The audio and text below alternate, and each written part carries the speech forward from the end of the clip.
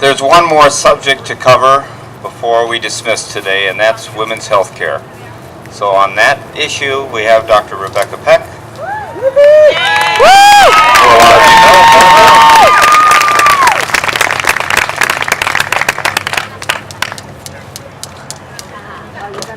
And an unknown visitor. Have you seen this done before? Thanks everybody for coming out. I see a lot of patients, a lot of different churches. This is a wonderful event. My husband and I, Dr. Ben Peck, and I practice down the road about 5 miles. We're blessed to have a truly Catholic and pro-life practice. Even though all of our patients are not Catholic, we treat each patient with the ultimate Catholic philosophy that life is sacred from the moment of conception to the natural death. You don't have to be Catholic to believe that, right? And we have 6 beautiful children that happen to be here too. God has blessed us that way. But I don't think I'm Clint Eastwood, but you could make my day if you go vote pro-life on Election Day.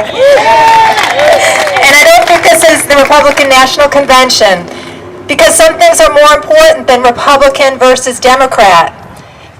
This is literally life versus death. And I wish to speak about building a culture of life versus building or allowing a culture of death. I have to tell you a story, and it's a true story. I'm going to tell it when it happened in 1965 and 1966, and then we're going to fast forward to the year 2014 when all of the Obama health care rules kick in, so that you can see for yourself a culture of life versus a culture of death. Because I have a lot of patients, well-meaning people, they vote Democrat, or they're Catholics, they vote Democrat, and they truly don't understand what is at issue here. And I think that sometimes it helps to talk in stories rather than in theories and principles and facts. So bear with me here as we go way back to the 60s. Rock and roll is blaring. We've got the Vietnam War gearing up. We've got Lyndon B. Johnson creating the Great Society. It was a tumultuous time. The sexual revolution was just taking hold. But I would argue to you that the fundamental principles of culture of life were still very much in play. Bear with me here. A young woman, 20 years old with brown hair and brown eyes, is on a college scholarship at the University of Buffalo. She meets a nice young man. They start dating, not seriously. The man is about to go to Vietnam.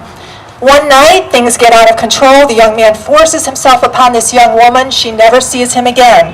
A couple months go by. She's not feeling very well. She goes to her doctor, who happens to be Catholic. He says, "You're pregnant." Her parents are scandalized.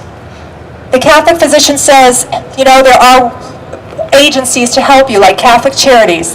And she gets that young woman to Catholic Charities, who houses her, who allows her to finish her college education, and arranges an adoptive couple who is dying for a child. They're in their 40s and they're running out of time, because back in New York in the 60s, if you were greater than 40, you had a very, very hard time to adopt a child. The young girl had the baby. She continued with her studies. The 40-year-old couple got a child. They were so happy. They raised that young girl with lots of love. She went on to medical school, where she met the love of her life.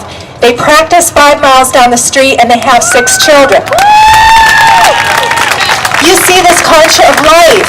There's goodness. Sure, it was hard. It was a wrong. It was an evil that happened. But that young woman recognized the dignity of life. She made the right choices. The doctor helped her by steering her in the right direction. Catholic Charities helped her by being allowed to arrange the adoption. Everybody is a winner. Fast forward to 2014. Let's use the same story in this kind of culture.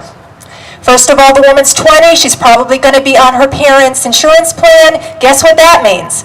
Even though she might not be sexually active, doctors are going to give her the contraceptive pill, because now it's preventative care. By the way, it is not.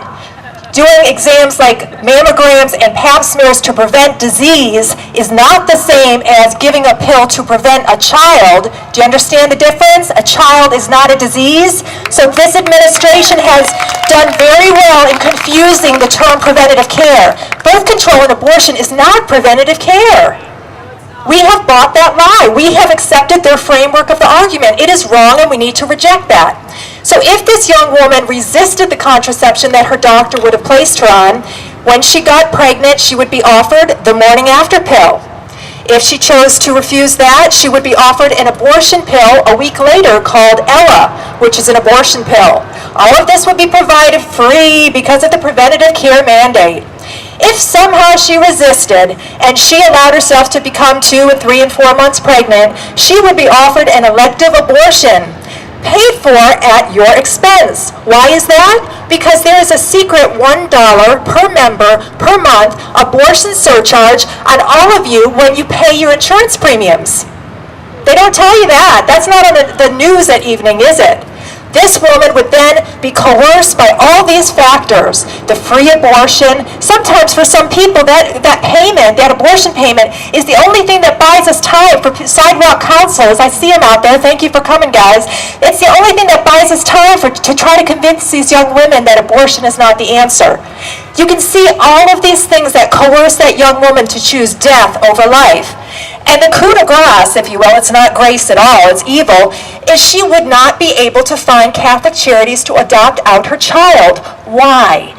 Because Catholic Charities wouldn't be in business. Why? Because they would be forced to pay for the contraception, sterilization, abortion, and rather than violate their conscience as a Catholic institution, they would simply go out of business. So this empty chair isn't a Clint Eastwood thing, it's that you would be listening to no speaker. That is a culture of death. That is why contraception, sterilization, and abortion are wrong and should not be paid for by our government. And I ask us all to take a moment now and think about how many empty chairs among this great country of ours are there. How many millions of our brothers and sisters have been slaughtered by abortion? And when you add in the lives that weren't allowed to be with contraception, morning after abortion pills and sterilization, the rates go up. There's billions of empty chairs among us, folks. We have got to get our morality back. We've got to start standing up for our Christian and Catholic beliefs. It's not just something we do on Sunday, it's got to be every day. And I will tell you as a doctor, don't be embarrassed to stand up, because science and religion, our faith and our science go hand in hand. There are more and more studies that show the harms of abortion. Increased breast cancer, increased suicidality, increased mental health disease to the women. Breast cancer the same, birth control the same. It causes increased breast cancer, increased cervical cancer, tons of cardiovascular side effects. So don't feel bad for standing up. The truth is on our side.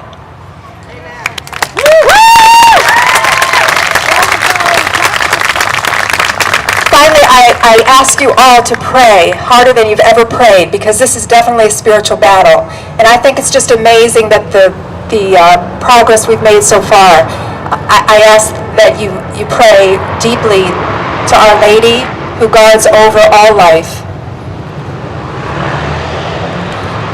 And then we're going to close with Father Bill coming up, and we're going to sing a song that he wrote especially for the Stand Up for Freedom rally.